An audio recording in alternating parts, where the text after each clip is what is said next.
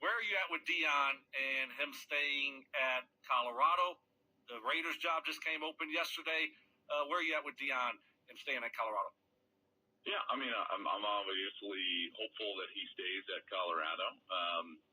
I think that, he has a very, very, very good offer in front of him from Colorado, and I don't know why it hasn't been signed, but I will tell you that I don't think he works in the NFL.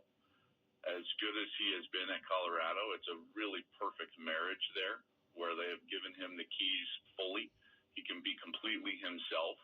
Cannot do that in the NFL. You cannot do that. I continue to say this. It's like they don't even let Kyle Shanahan wear his flat-billed hats. It's like, what do you think is going to, you can't be prime as head coach in the NFL. Now, if he wants to go there and challenge himself, then that's where he'll end up.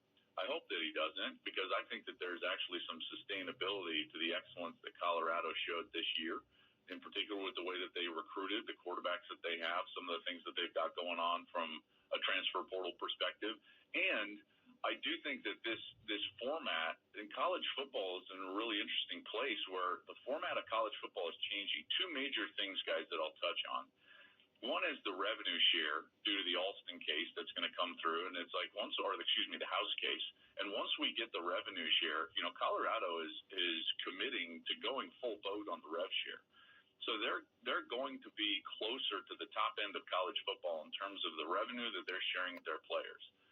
That's number one. Okay. Number two is the structure of the playoff will change fairly soon here. By 26, we're going to go from 12 to 14, and I think there's going to be automatic berths given to conferences, 4 in the SEC and the Big Ten, and then 2 each in the ACC and the Big 12. And once there's that automatic, defined path for how you qualify for the playoff, then it's like Denver this year, the Broncos. It's like they knew what they needed to do to get into the playoffs, and they got there.